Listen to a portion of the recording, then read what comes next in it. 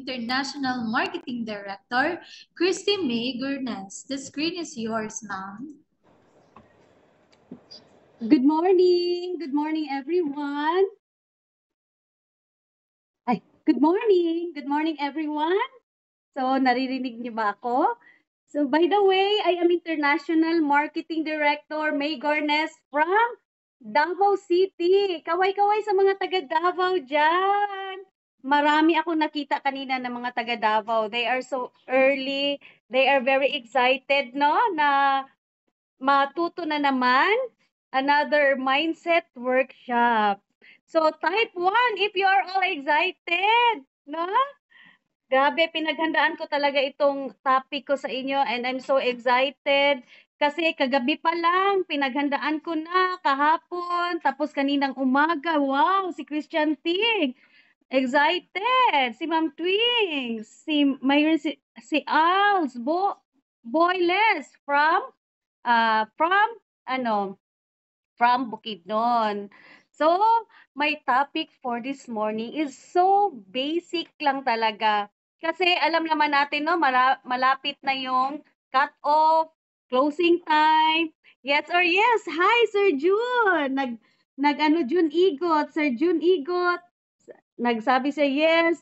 Hello, Ma'am Jen Provido. Thank you very much for the privilege na magbigay ng mindset workshop.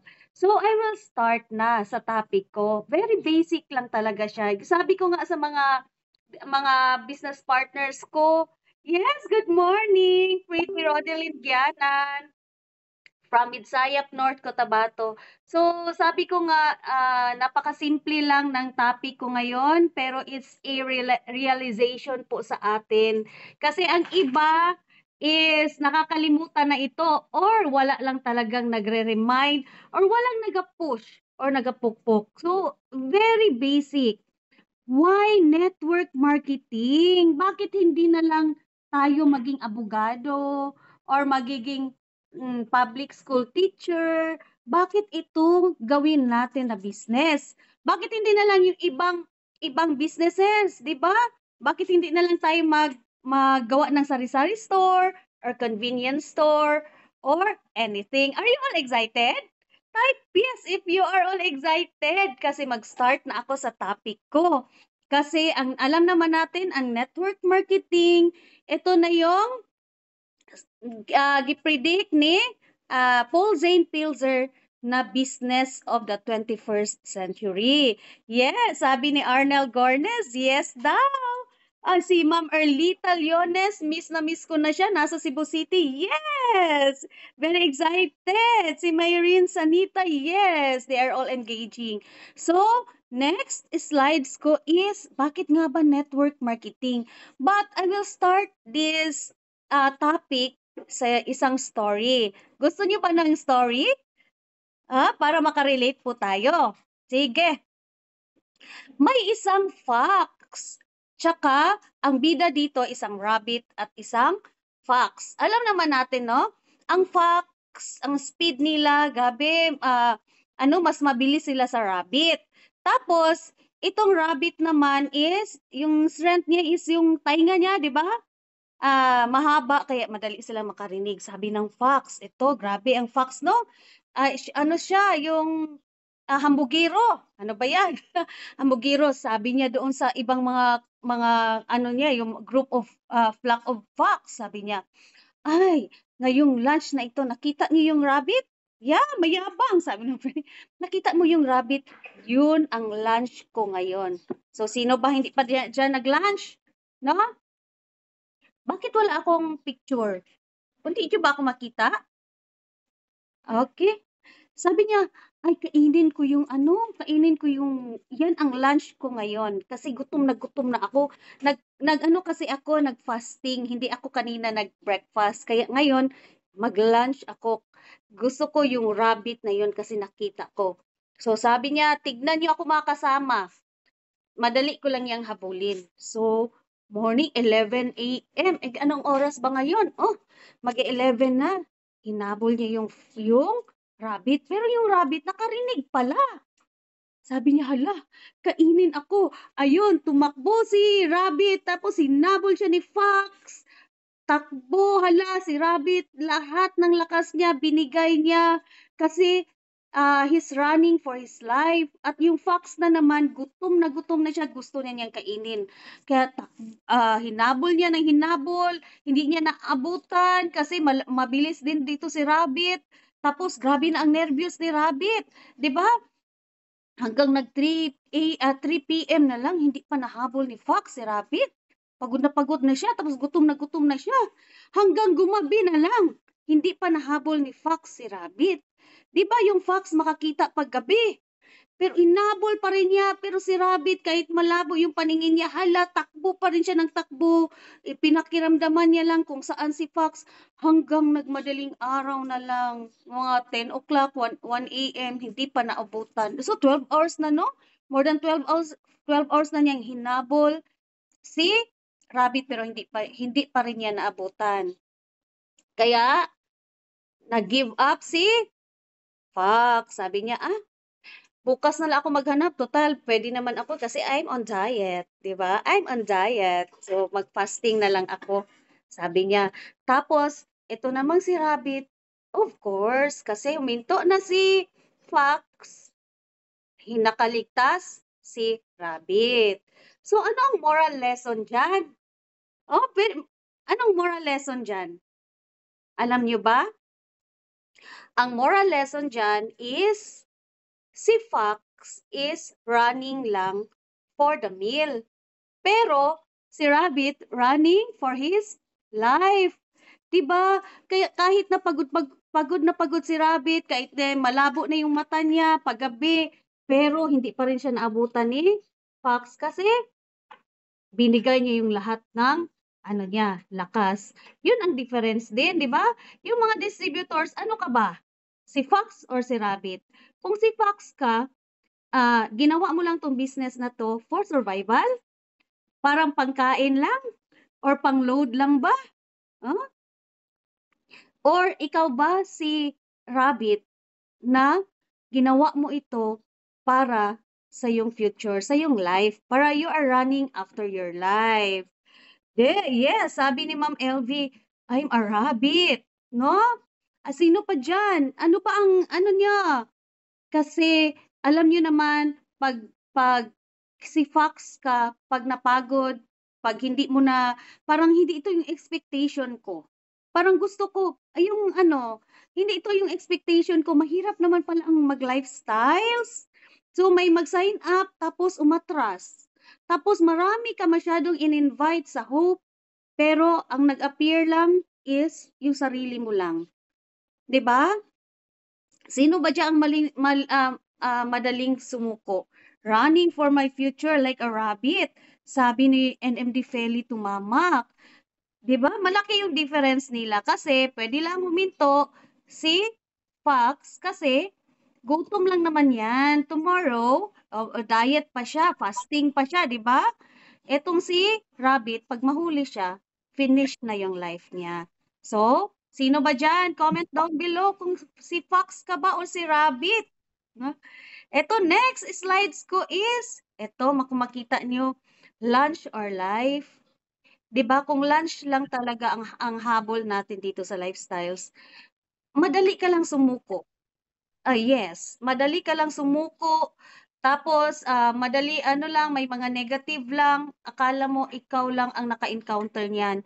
Hindi mo alam na tayong lahat, kung may mga rejections, is just a process to become successful. Because yung ano rejections it's not an opposite of success, but it's part of your success. But if you are running after your life, gagawin mo ang lahat, 'di ba? Gagawin mo ang lahat kahit na magkasugat-sugat ka pa, kahit na laitin ka pa ng lahat ng tao sa paligid mo. Ano ba 'yan? Si May, mag-lawyer ngayon, nagabenta na lang ng juice, 'di ba? Ano ba 'yan si May? Pupunta ng Manila, inuutang na naman yung yung pamasahe sa eroplano. Ang kapal ng mukha. May mga ganyan pa. Di ba? Type down below kung sino naka-experience na kinukutya kasi nag-lifestyles ka. Sino ba dyan? So, next naman, ang next slides ko is according sa survey. Sino ba ito na survey? So, sa next slides ko. Yan, the Social Security System Survey, sabi nila, eto yung pie. Makita mo itong yellow, 45%. Kung tatanda na tayo, 'di ba alam naman natin, no? Kung sino man nag-work diyan sa employment or kahit na yung katawan natin, is ang katawan natin is magre-retire or hindi yung patay na retire, hindi na siya mag-generate ng income kasi matanda na tayo, 'di ba? Most kasi sa mga Pinoy is 45% are dependent on relatives. 'Di ba? Nasa NDSO natin 'yan. Pero hindi natin inalam kung ilang percent. So, 4 to 5%, may kilala ba kayo? Kasi kung mag-retire tayo sa work natin, wala na tayong sweldo. Ano na lang? Pension na lang. At ang liit-liit ng pension. Alam nyo ba yon? Kung wala ng sweldo, is doon sa kamag-anak or sa anak. 'Di ba? Doon pupunta sa anak para doon hanggang mamatay, magbantay na lang ng anak. 'Di ba? Tapos 30% is dependent on charity. No, nagtaka nga ako ngayon, 'di ba? Marami masyadong ayuda ngayon. Kahit na sabi nila may mga ayuda, kahit na LGBT may ayuda. So pwede ka lang pala may 5,000 pesos ka pag part ka sa LGBT, no? Grabe. Maraming budget ang government natin ngayon. So, ang 23% is still working kasi nag-retire po ang ating income. Kung mag-retire tayo, wala na tayong sweldo, wala nang regular sweldo, or kung contractual ka man, pag-stop mo ng work kasi hindi ka na productive, is mag-stop din ang sweldo. But, the bills will not stop. Yung kumakain tayo, gumagamit tayo ng kuryente, gumagamit tayo ng tubig, di ba? Yes or yes? And, alam nyo ba na 2% lang ang financially independent? No, ang liit lang nito. And we lifestylers, ito mag-educate tayo. A wake up call, hindi lang ito para sa sa mga 'di ba? Ito yung gina-explain natin sa mga prospects natin para mag-sign up sila, para din ito sa mga distributors kasi It kasi 'di ba mayroong mga distributors na hindi nila ginagawa yung talagang job description ng isang direct distributor. Ano bang job description ng isang direct distributor? 'Di ba pag yung sa work, ako isa akong former cashier sa isang prestigious appliance store here in Davao City. Pag hindi ko yung ginawa yung job description doon, of course, hindi ako cashier and matatanggal ako kasi hindi ko ginagawa yung part ko. Pero here with lifestyles, 'di ba alam naman natin ano ang basic nating gagawin as a distributor? You have to talk 3 to 5 people a day consistently. Yun po, consistently. Hindi every other day. Kasi, 'di ba sabi lang nila, 3 to 5 years from now, pag gawin mo yan, 3 to 5 people a day, malayo na yung 5 years, magiging billionaire tayo. Yes or yes? So, type down below, yes, if you agree with me. So, another slides ko. Yung isa, sabi ni Ma'am Rodeline Gianan, agree. Okay. Pero may warning dito. May warning dito. May reality check tayo. Sino dito ang sinabihan ng mga magulang natin na mag-aral kang mabuti para makaland ka ng good job? Pag good ang job mo is, malaki ang sweldo mo, yayaman ka. So, may warning dito, we finish school to secure a job, but do not have financial literacy to attain real security. Tama. 'Di ba? Sa school kasi hindi tinuturo yung paano i-handle ang money because ang money, ang alam naman natin sa school, 'di ba? We are taught na maging empleyado. So kung magiging empleyado ka, yung money is for survival. Yung ano natin, yung sweldo natin is panggasto. Pero hindi natin alam, hindi tayo tinuruan na ang money pala is a seed money. Yun ang palakihin natin para magbigay sa atin ng passive income. So, ano pa, financial illiteracy is the root of our financial struggle. Even dito sa lifestyles, malaki ang kita pero illiterate how to handle money. Kaya kahit na kaano kalaki yung kita dito, pag meron lang konting problem, 'di ba, ups and downs ang business, pag ma-down lang konti, mag-struggle na kaagad ang finances. Yes or yes? Relate ba kayo? So ano pa? Ano pa diyan? Most people are professionally literate but financially illiterate. So marami tayo no mga professional people, professionals na ano yung maganda ang trabaho but pag end sa kanilang career yung hindi na sila productive is magsalig na lang or magdepend na lang sa ano sa pension. Pero hindi lahat ha. Hindi lahat may GSIS tsaka SSS. Alam niyo ba 'yan? Buti na lang yung mother ko is a retired teacher. Meron siyang monthly pension. Pero sa totoo lang, gipahambog na niya 'yan. Ano ba tawag niyan? Gipahambog. Sige, Ma'am Philaine, ano 'yon? Sabi niya noon, "Ay nak, malaki yung sweldo ko." Kasi noon, yung more than 10,000, malaki daw yung pension niya pag mag-retire siya. Pero 35 years, parang ano yan siya, mga 40 years old, di ko maalala, basta mga 45 years old siya noon. Sabi niya, kung mag-retire na siya, pag 60 years old niya, may more than 10,000 daw siya na sweldo. So, kasi noon, yung 45 years old siya, ano ako noon, 1995, 1995, ang 10,000 napakalaki na. Kasi sa 30,000 pesos mo, makabili ka ng 250 square meters na lot. Pero ngayon, saan aabot ang ano mo? Ang 30,000 mo. So, ang 10,000 noon, sabi niya, more than 10,000, meron daw siyang pension na. Kaya hayahay na daw siya. Pero ang nakalimutan niya, ang value ng money is nagababa. Ngayon, more than 10,000, parang isang groceryhan lang yan sa SNR. Di ba? So, reality check na naman. So, next slides is, isa baba, ito yung computation natin ha. Retirement age, sample. Di ba 65 years old, mag-retire na tayo?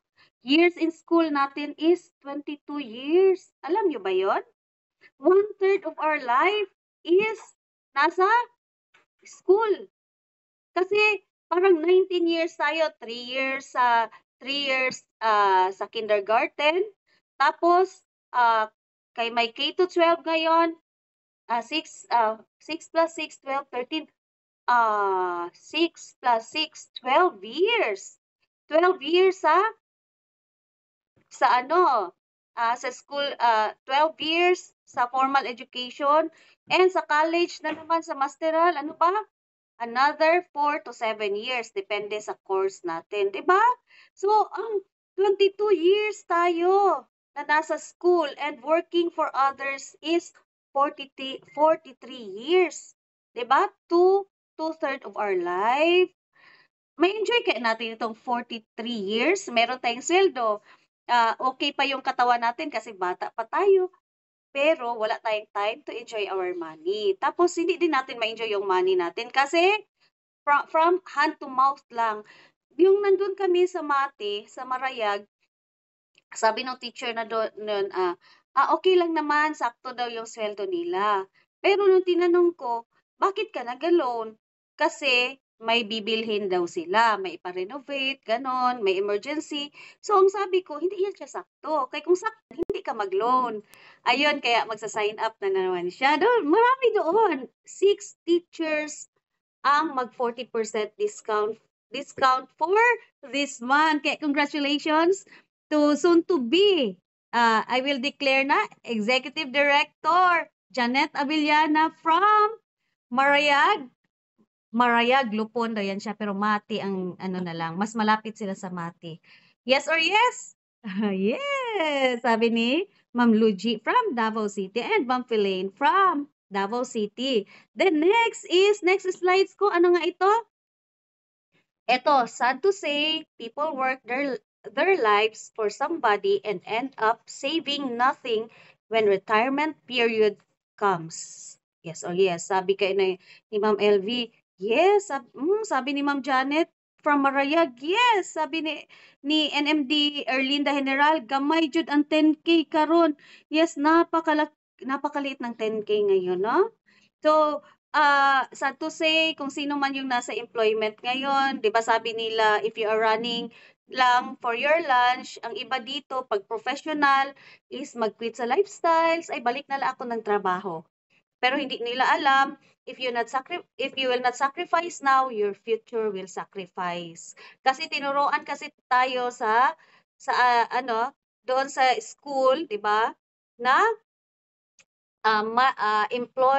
employees mindset or short-term decision mindset.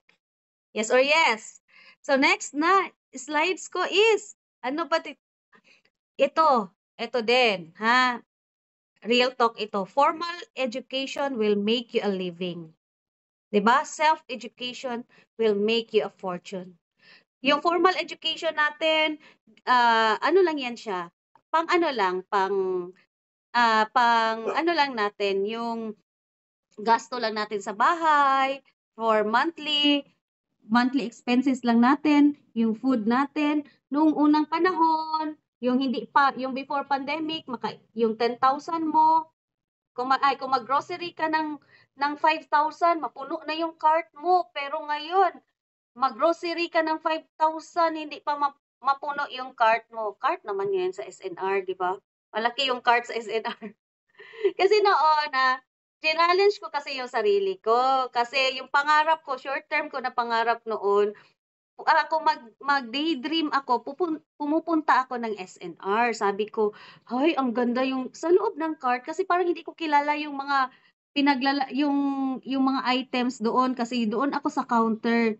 Nanonood ako doon. Wow, ano ba 'to? Hala, ang ganda naman. Di ko alam kung ano yung pinagbibili nila.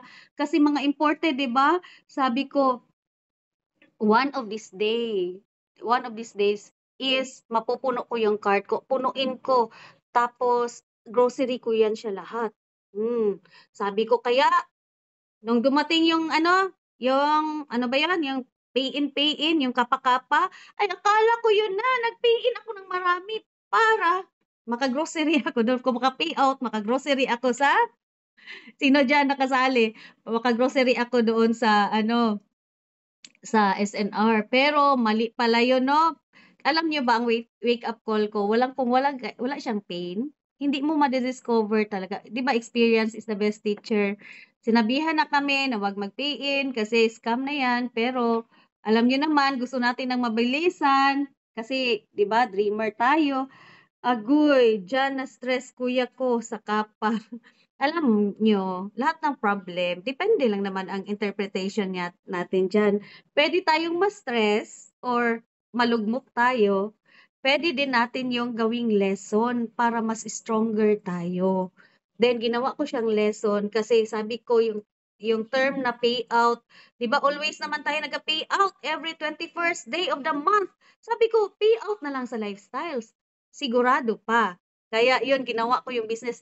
Doon ako nag-start, na NMD na ako, doon ako nag-start para nakita ko yung payout na word, napaka mahalaga pala yun, yung payout na word.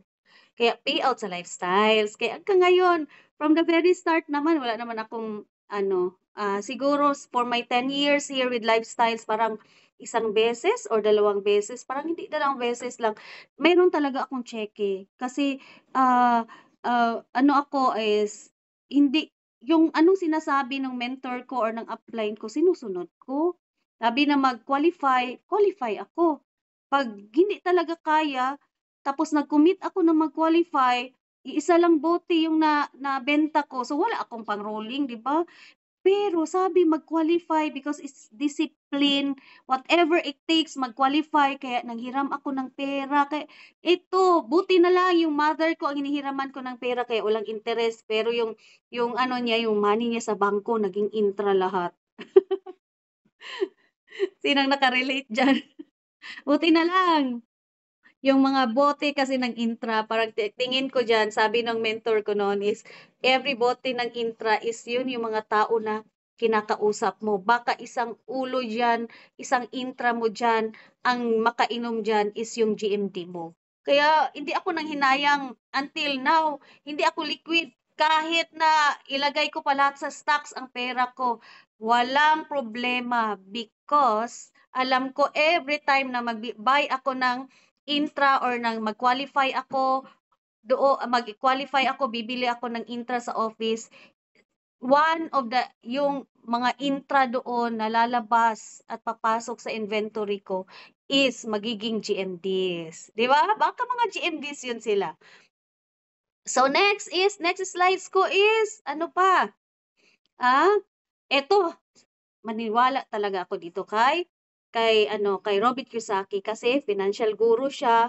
Tapos marami na siyang natutulungan ng mga tao. Sabi niya, the main reason people struggle financially, ano ba yan? Ala, nawala. Because they spend years in school but learned nothing about money. The result is that people learn to work for money but never learn to have money work for them. Tama ito. Because sa education naman, ano yung sabi dito? You have to earn money para meron kang gastusin, para makagawa ka ng magandang bahay, makabili ka ng sasakyan, but never sinabi doon sa school na you have to work to earn money so that you can invest it and make it your seed money. Kasi ako, grabe ako sa school, makasabi talaga ako na I am so devoted sa school. No, yung love life, set aside yan. Pero nakasingit din sa love life. Pero alam ko yung priority ko. Ang priority ko is makatapos ng pag-aaral. Ayun, tapos hindi lang makatapos with high grades. Kaya nga noon madali lang akong makahanap ng work kasi yung diskarte ba? Ano yung diskarte? First page ng transcript of record ko, puro line of 9. Kaya pagtingin yan, first page, tsaka second page, wala namang third page, hindi na yan nila halungkatin. Mga ano man, mga matataas ang grades. Kaya na-stuck ako ng matagal sa employment. Mga 12 years ako sa employment, palipat-lipat, no? Ano pa? Ito din, hindi tayo, 'di ba? Dito lang tayo sa lifestyles. Thank you very much to ni Ma'am Eva Aradillos, yung AB niya, asset building. Naintindihan ko talaga yung sabi niya na yung ang money natin dito sa lifestyles, hindi ito siya yung panggasto natin. Pang ano lang ito, pang build sa other leg na naman tayo, pang build sa other leg because until hindi pa tayo magiging GMD, hindi pa talaga sa atin yung money na na-earn natin. Put it all sa inventory. Yan ang always kong ginasabi from the very start, pagdating ng cheque ko, diretso yan lahat sa stocks because hindi ako nag-spend ng money na from cheque ko going sa expenses. Dadaan talaga yan siya sa inventory para yung 100,000 ko magiging 140,000. And hindi lang yan, magiging ano pa, 'di ba yung every bote? Yung every bote, 'di ba maka-share tayo? Malay mo, yung nashiran mo si GMD Peng. Parang GMD Peng mo. Yung isa na namang qualification mo, isang bote doon ang nashiran mo. Yung ala GMD June Igot. Yung isa mo na namang qualification pagka next month. 'Di ba?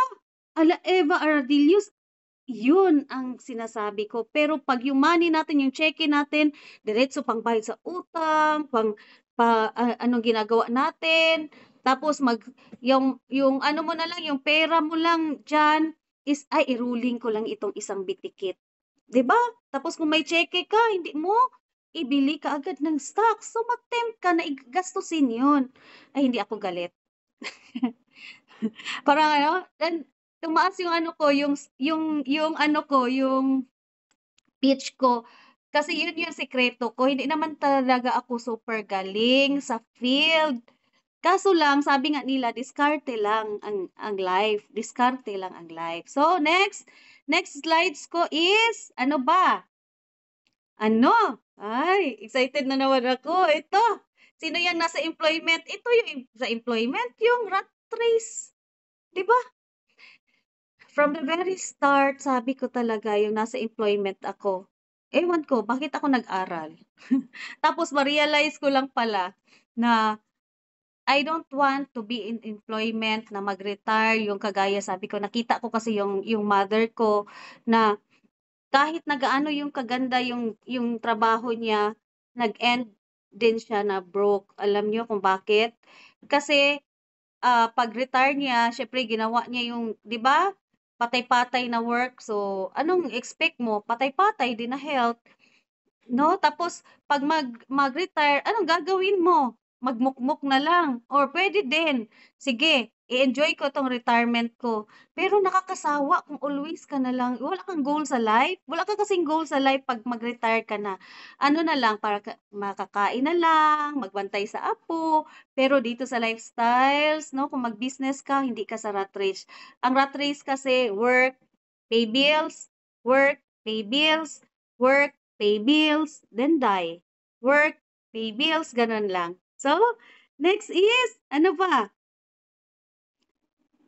Gusto niyo ba? Gustong-gusto niyo ng topic na to? Parang personalan na, no? What is material wealth? Ito yung sinasabi ko. Kaya, kahit na sino dyan, tayong lahat, 'di ba? Kung ano man yung ginagawa natin ngayon, nagbi-business man tayo sa lifestyles, kasi 'pag yung ginagawa mo lang ito for your lunch, alam niyo para kayong nasa employment pa rin. Pero kung ginagawa niyo 'to because you are running after your life, ito, nagne-network ka. Ito yung material wealth. I-compute natin ha. Ano ang material wealth? It is the status of our income that supports our way of living even if we do not work. So, passive income. Ito yung income status mo na ito yung talaga yung material wealth natin. Hindi yun ang material wealth natin ano yung laman ng bank account mo ngayon or ang passive income mo. So, it is the number of days we can survive without working. Kasi not all the time na mag-work tayo, even sa lifestyles, not all the time. 'Di ba? Not all the time mag-work tayo kasi meron kasi tayong time na, ay, magbakasyon ako sa US, 1 month, 'di ba? Kung kung wala ka pang network, my God, wag muna. No? Wag muna. Dapat is meron tayong material wealth.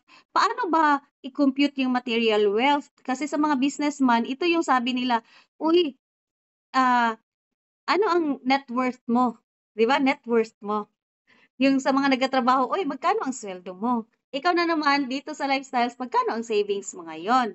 Ano ba? Magkano? So, example lang ha. Sino dyan may savings sa bank na 200,000 pesos? Sino dyan may savings? Me. Ay, wala talang nag-me.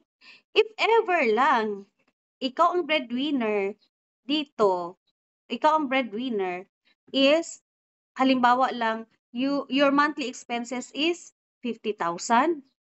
Ang material wealth natin is, ang 200,000 i-divide natin ng 50,000 equals 4 months or 120 days ka lang mabubuhay.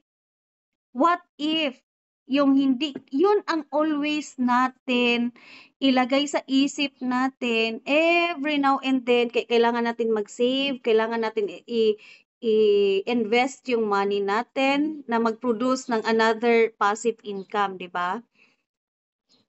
Para malaman natin kung may savings tayo na 200,000 tapos may mangyari sa atin na hindi natin yung emergency na hindi na tayo mag-generate ng income. Ilang buwan lang ba tayo mabubuhay? 'Di ba? I-apply na lang natin ito sa mga magre-retire na diyan. Sino ba diyan, 'di ba? Ay, may ano ako, ma'am. Mayaman na ako pag retired ko kasi bibigyan ako ni GSIS ng 3 million pesos. So 3 million yung magkano bang expenses mo ngayon, i-divide mo lang yan siya dyan, then ilang araw ka lang, o ilang months, or ilang years ka lang mabubuhay. Pero paano kung para kang si Enrile, na ang buhay, di ba, 102 years old na si Enrile. So, nag-retire ka nung 65 years old ka, then mabubuhay ka pa ng another 40 years. Saan aabot ang 3 million pesos mo or even 5 million pesos? So, naintindihan ba natin? May mga realizations ba dyan? Nakikinig ba ang mga distributors dyan? So, yan. Ito. I-identify muna natin itong ano. What is assets? Ito versus liability. Ano to? Ang asset puts money in our pocket and ang liability takes money out of our pocket. Alam naman natin, 'di ba? Nandoon naman sa asset building. Nandoon sa chart natin, what is the difference between asset and liabilities? That's very opposite. Asset is sa mga accounting dyan, mga accountancy is debit, 'di ba? Value received, then liabilities, value parted with. So, yung may tanong ako dito. So, mag-interact kayo ha. Mag-sample lang ako. Sample. Then, mag-comment down below. Ano ba ang cellphone? Asset or liabilities? Sige nga. Comment down below. Asset or liabilities? Ang cellphone. Ay, walang ano? Ano ba? Wala bang nakikinig dyan?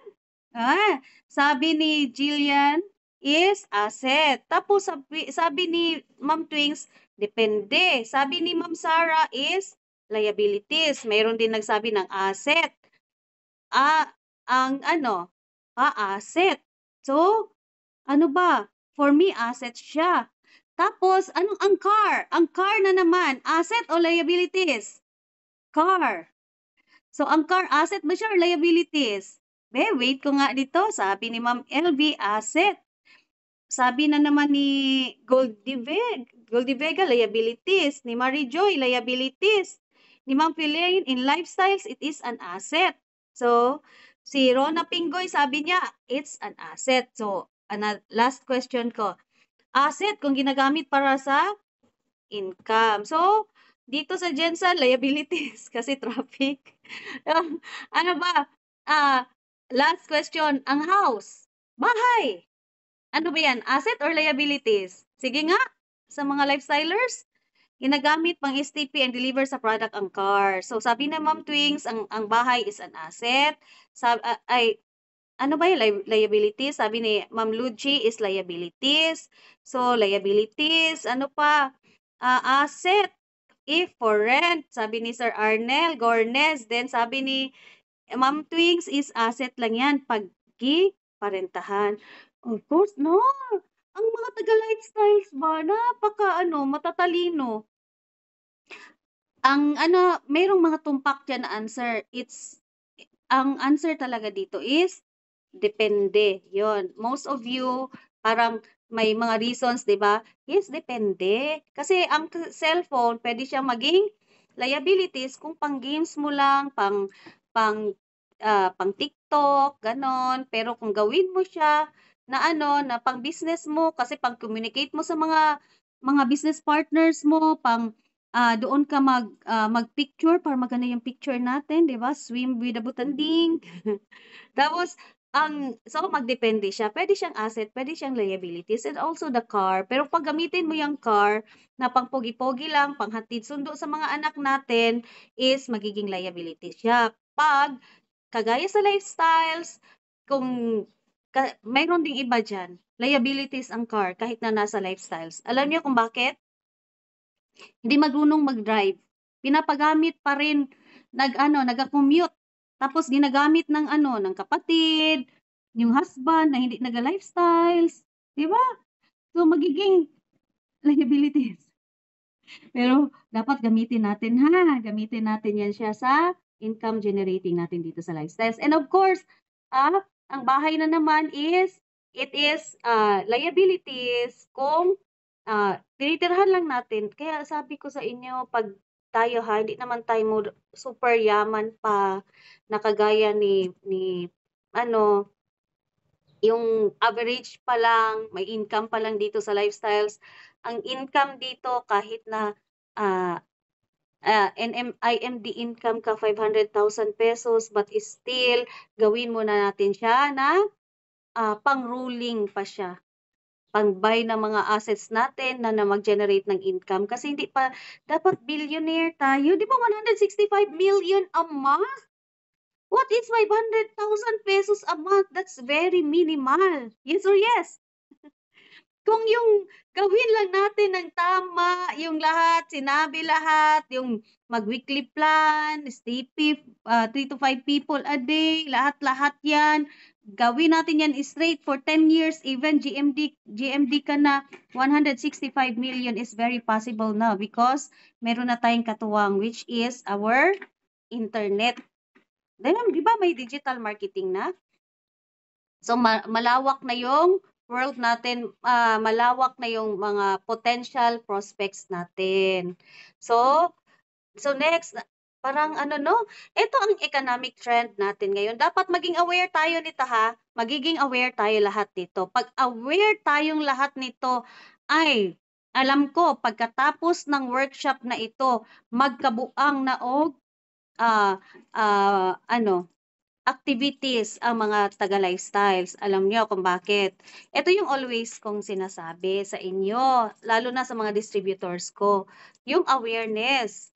Di ba, economic trend natin noon, yung mga lolo at lola natin, agricultural age yun. Di ba? Those who have the land own the wealth. Kung sino yung malapad ang kalupaan noon, siya ang wealthy. Yung panahon nilang Abraham, pag marami kang servants, mas marami kang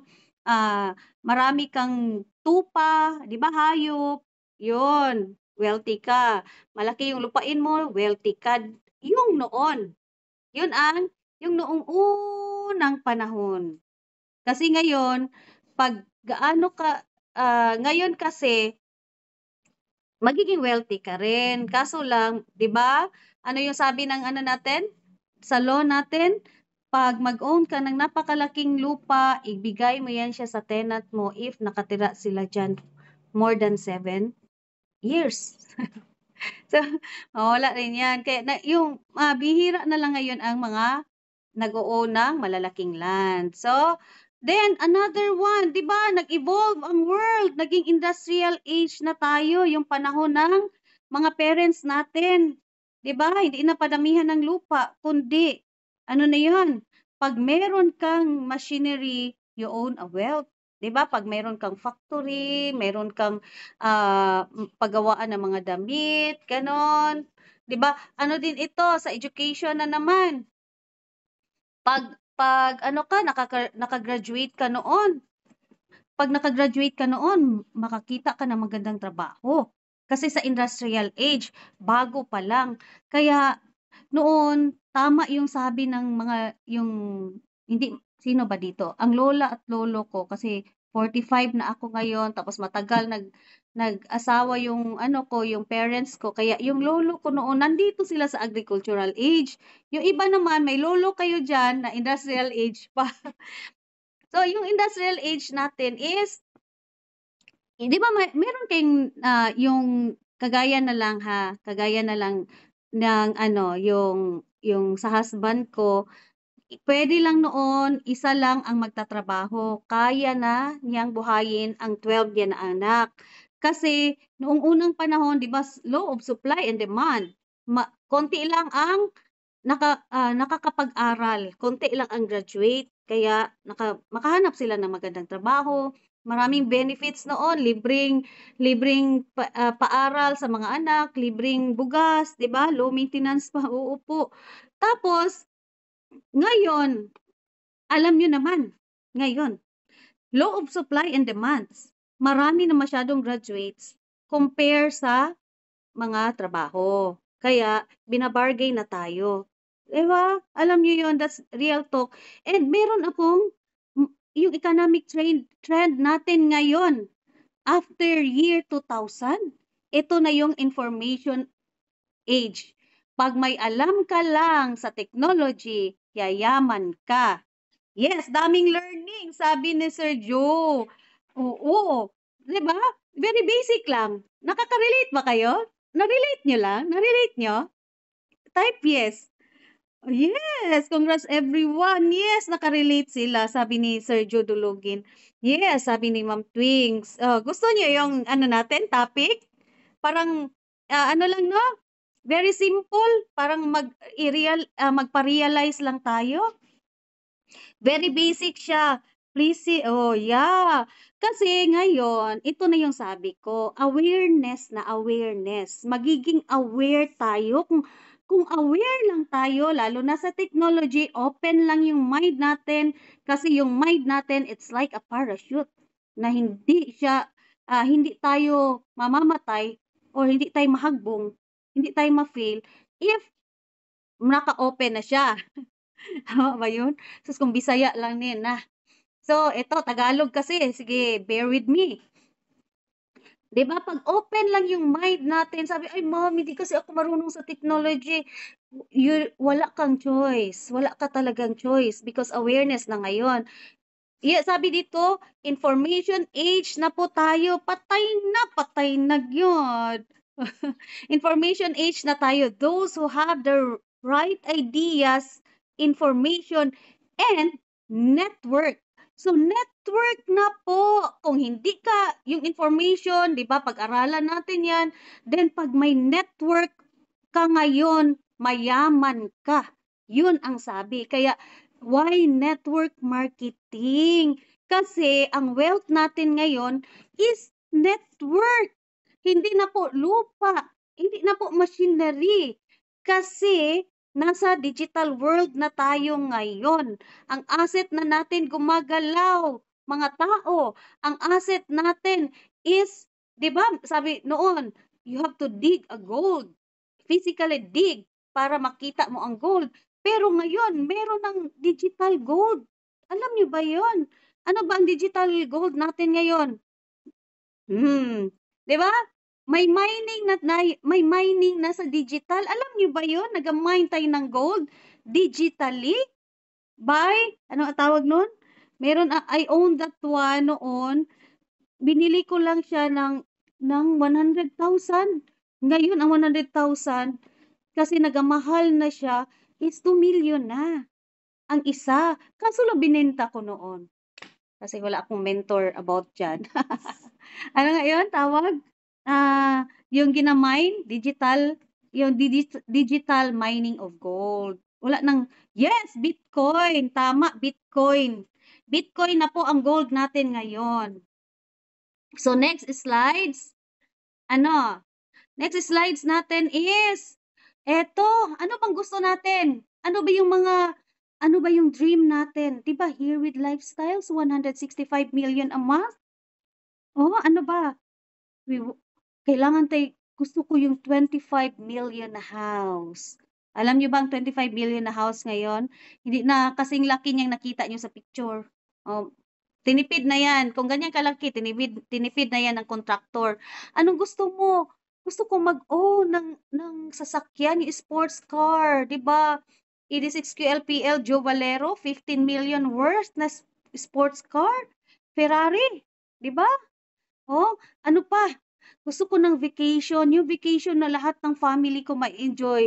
Hindi yung vacation na tipid, yung tipid nga, maganda masyado sa picture, pero after sa picture, doon pala naka-check-in sa pangit na lugar, basta nasa ibang bansa lang, tapos ang kinakain, yun lang sakswak sa budget. Pero iba talaga yung bakasyon na may budget ka na 10 million.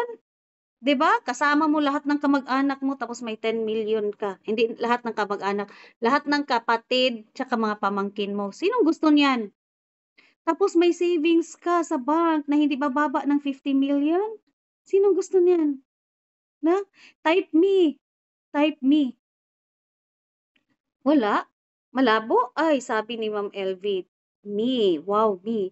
Only with lifestyles only. 'Di ba? Sabi ko ngayon, information na tayo na parts at sa ngayon.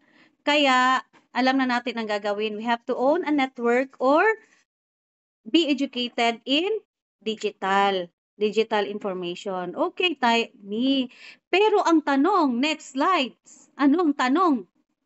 Next slides nga, di ba 100 million yan? How? Paano? Nung nag-sign up sa Lifestyles, paano? Wow, mag-lifestyles ako. Napakaganda ng lifestyles yan. 165 million ang pinakita. Pero, kasi paano lang yon. Meron po tayong mentor dito.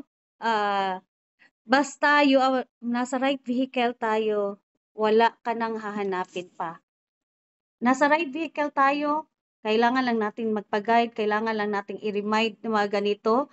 So ang question diyan, what is MLM? It is multi-level marketing or network marketing. Same lang yan siya.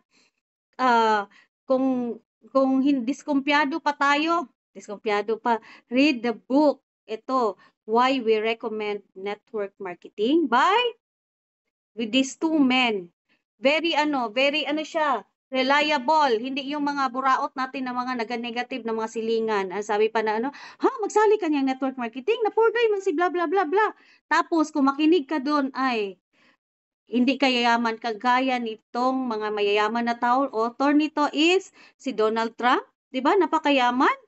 Isa sa mga pinakamayaman sa Amerika, and also Robert Kiyosaki, financial guru in America. Ano pa? Ito ang recommended books natin. Next slides. Ano pa? Part of my topic here, kinuha dito. So, yung bestseller na Law of Leverage. Sino na nakabasa niyang Law of Leverage? And of course, ito walang kakupas-kupas until now. Rich Dad, Poor Dad by Robert Kiyosaki. So, maghanap kayo, nasa online yan siya. Next slides is, ayan, malapit na ako matapos. Network marketing. Ano ang network marketing? It is a business model where the distributors are compensated in both selling the products and the business opportunity.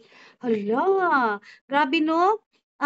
Pag sign up natin, hitting two birds at the same time. Kasi pag sign up natin, because we are a network company, magka-sell tayo ng products and selling lang, and business opportunity, yung big opportunity sa business, which is the leveraging or yung passive income pagdating ng panahon. No? So next na naman, ano pa?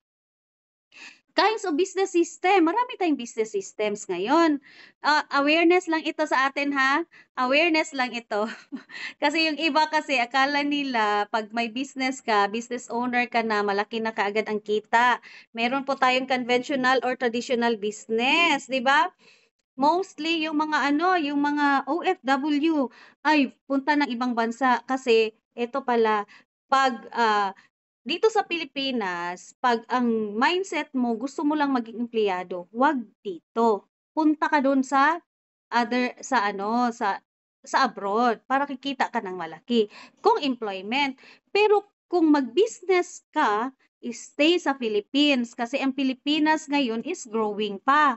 'Di ba? Maraming ang mga foreigners pumupunta sa natin, sa bansa natin to invest. 'Di ba? Paramihin yung pera nila dito sa Philippines.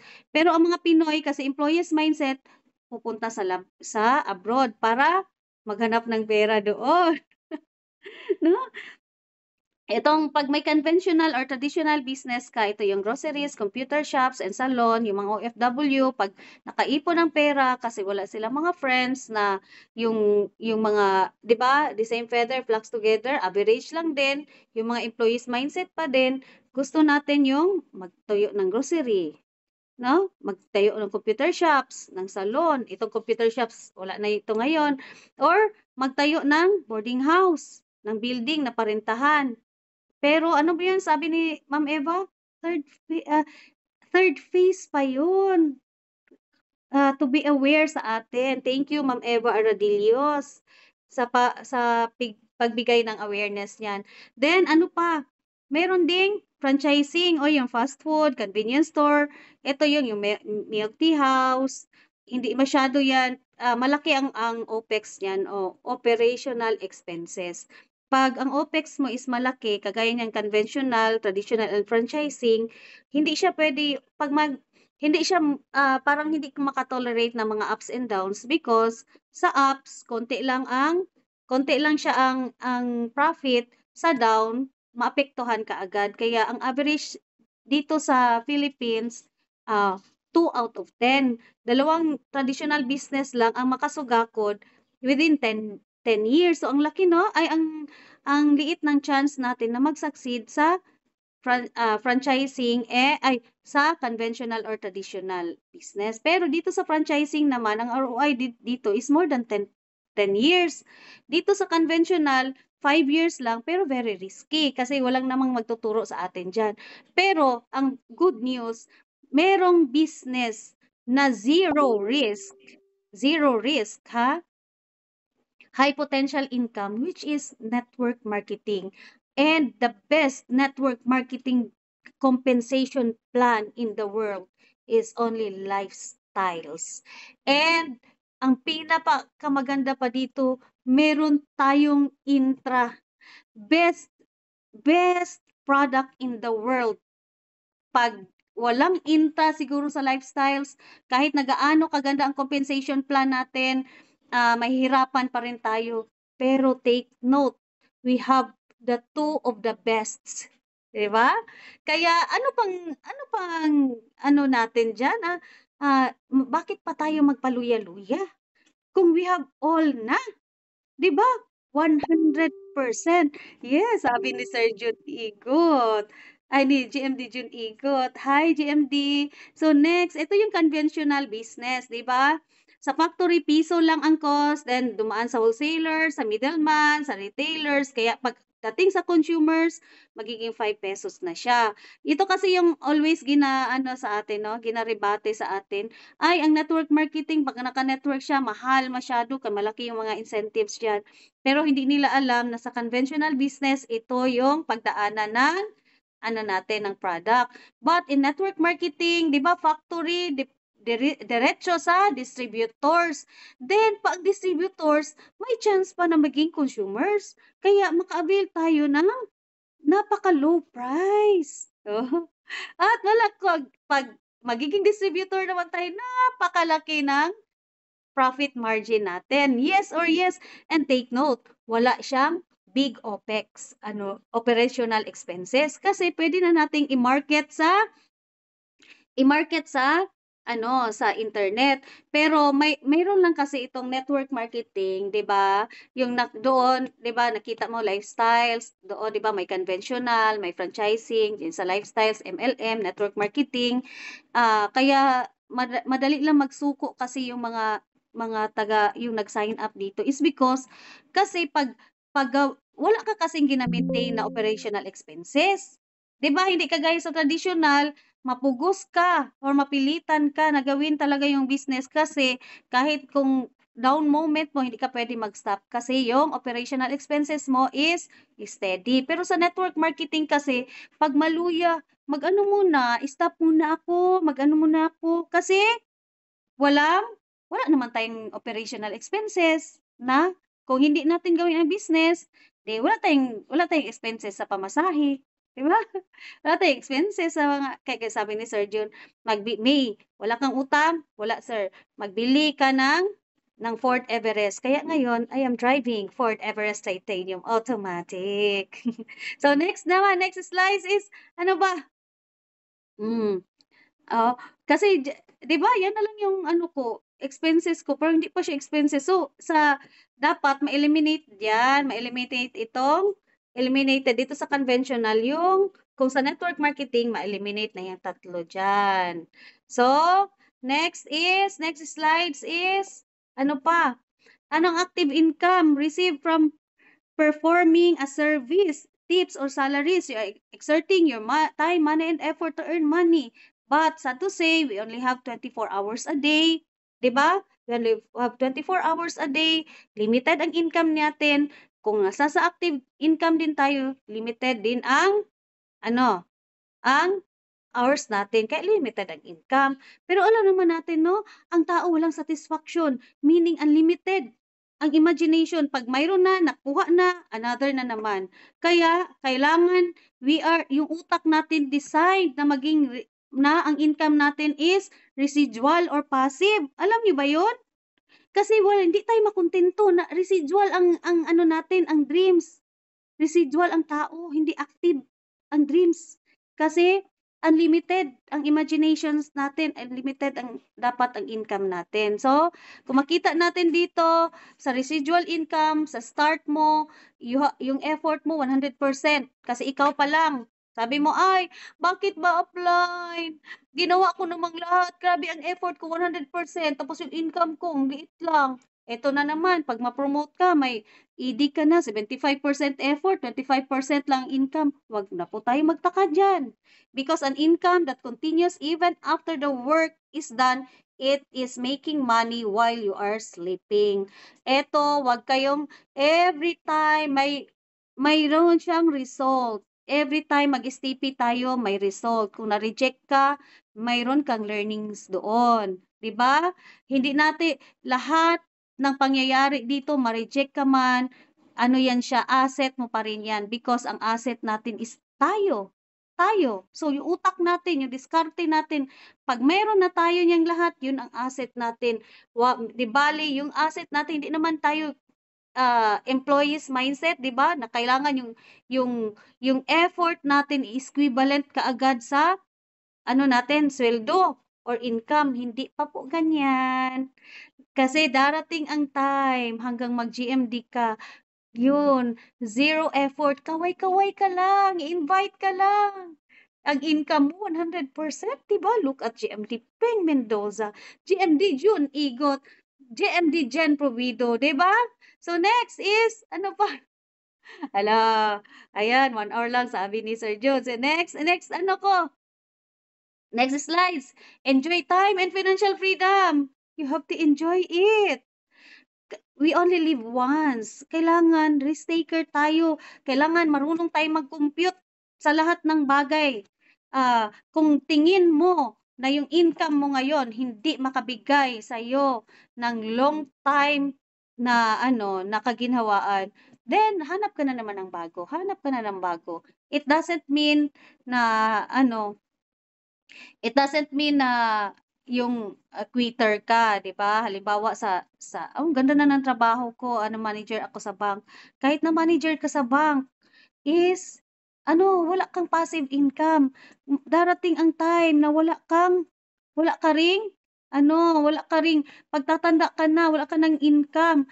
So, kung mayroon tayong time freedom, gusto natin kung gawin natin ang business ng lifestyles. Gusto niyo bang magka-Jaguar? Kagaya sa isang dropout lang, 'di ba? GMD Peng Mendoza. Sino bang mag-aakala na ang pagbebenta ng isang bote ng Intra is makabili ng Jaguar? Sino bang mag-aakala na, 'di ba, yung bitikit, ang bigat-bigat, ilalako natin sa labas is makakabili pala ng Jaguar? No? Ito parang effort natin na para nilalait tayo lahat, 'di ba? Tapos hindi tayo mabentahan tayo. Yung sipon at pawis natin, nag-iipon dito sa start natin is makakabili tayo ng Jaguar. Yes or yes. And gusto ba natin na maging kagaya kay Sir Jun Igot, GMD Jun Igot? Ito yung pangarap ko talaga, yung mag-travel ako na hindi sa economy business class. Yun, isang tricycle driver, 'di ba? 2 wheels lang. Yung sasakyan niya 2 wheels, kung may sidecar 3 wheels, 'di ba? Ngayon, riding a plane sa business class. Ito, sawang-sawa na kami kay Sergio na travel doon, travel dito, pero pag naka-business class ka, grabe, 130,000, one way lang. So, next is, ano ba, kagaya kay, hala, nandito may slides kay GMD Jen, Provido, tsaka kay GMD Eva. Di ba si GMD Jen nung yung nag-travel siya sa Paris. Hindi kasi ako ma-vocal, pero na-amaze talaga ako. Yung dalawa sila sa kapatid niya, tsaka yung dalawang pamangkin niya, no? Nag-travel sila sa ilang country sa Europe. isang ano lang, graduate ng secretariat, 'di ba? 2-year course. Sabi nga niya, May, alam mo, 300,000 per month yung bahay niya. Sa isang ordinaryo na, sabi niya, ang expenses, pag 1 million lang daw yung cheque niya, is kulang na daw. Wala, kulang. So, gusto niyo ba mag-own ng kahit na noon, no? Sabi ko nga, kahit na side mirror na lang, kahit na plate number, wala akong pangbili noon. Pero ngayon, I am driving this car. Sabi ko, wow. Sabi nga ni Ma'am, ni Jo Valero, kasi hindi ko na siya kasi minamind noon. Hindi ko napapansin, sabi niya, every time daw nadadaan kami sa road, ang mga tao talaga, tingin nila pag naka Ford Everest ka, hindi ka yung basta-basta lang. Hindi mo siya binili lang yung tama-tama lang yung pera mo. No, 'pag naka-Ford ka, "Ay, yung Ford ko na." Sabi nga, nagtaka nga sila kasi 'di ba, nag-drive ako papunta ng Mate. Tapos gusto ko i-adjust yung ano, yung aircon nga, yung lamig niya. So, sabi ko, hilom sa hilom. Tapos sabi ko, 21 degrees. Pag ganyan ko, ay, setting to 21 degrees. Ganyan ka agad yung ano ko, yung Ford Everest ko, di ba? Kahit na 110 ba yung takbo natin, naka-adjust tayo ng cool ng aircon. Tapos magsabi ka lang, gusto mo patugtog, 101.1 FM. Siya na. 'Di ba? Pag ano, makaliko ka ng kahit na 90 kilometers per hour, makaliko ka na parang yung sa ano nga sa road, 'di ba? Hindi naman straight yung road natin. Ay, na parang walang nangyayari doon sa loob. Yun, kahit na ako no'n, drive ako kahit nasaan, ako nga nag-drive lang, nag-work pa kami, nag-work pa ako doon half day sa Marayag, tapos 1 o'clock umalis kami sa Marayag, ako lang nag-drive, wala akong nagpapuli. Pagdating ko sa bahay, hindi man lang ako nakaramdam ng pagod. Hmm, ah, thank you God, thank you Lord, because of this opportunity. Thank you very much GMD Jen Provido for guiding me dito sa business.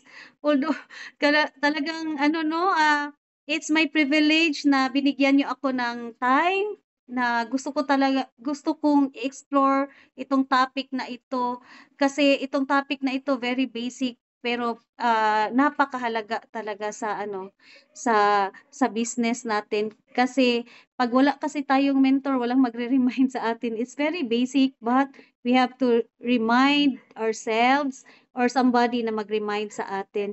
So with that, hopefully marami kayong natutunan. Marami ba kayong natutunan sa topic ko? Gustong-gusto niyo ba? Okay. Yes.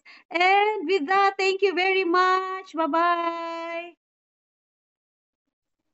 Thank you so much. I am the Christy May Goodness for that very such wonderful no na and amazing na learnings na aming natutunan ngayon. Thank you for sharing that, Ma'am. And today, before we end our workshop, let us have our prayer. So let us pray. Father God, thank you so much for this another opportunity na narinig po namin ang gustong ibigay, i-share ni Ma'am Christy Magornes. Thank you, Lord, and I hope, Father God, that we may be able to use this and reflect this in our lives so that we will become successful and mas makuha namin yung future na gusto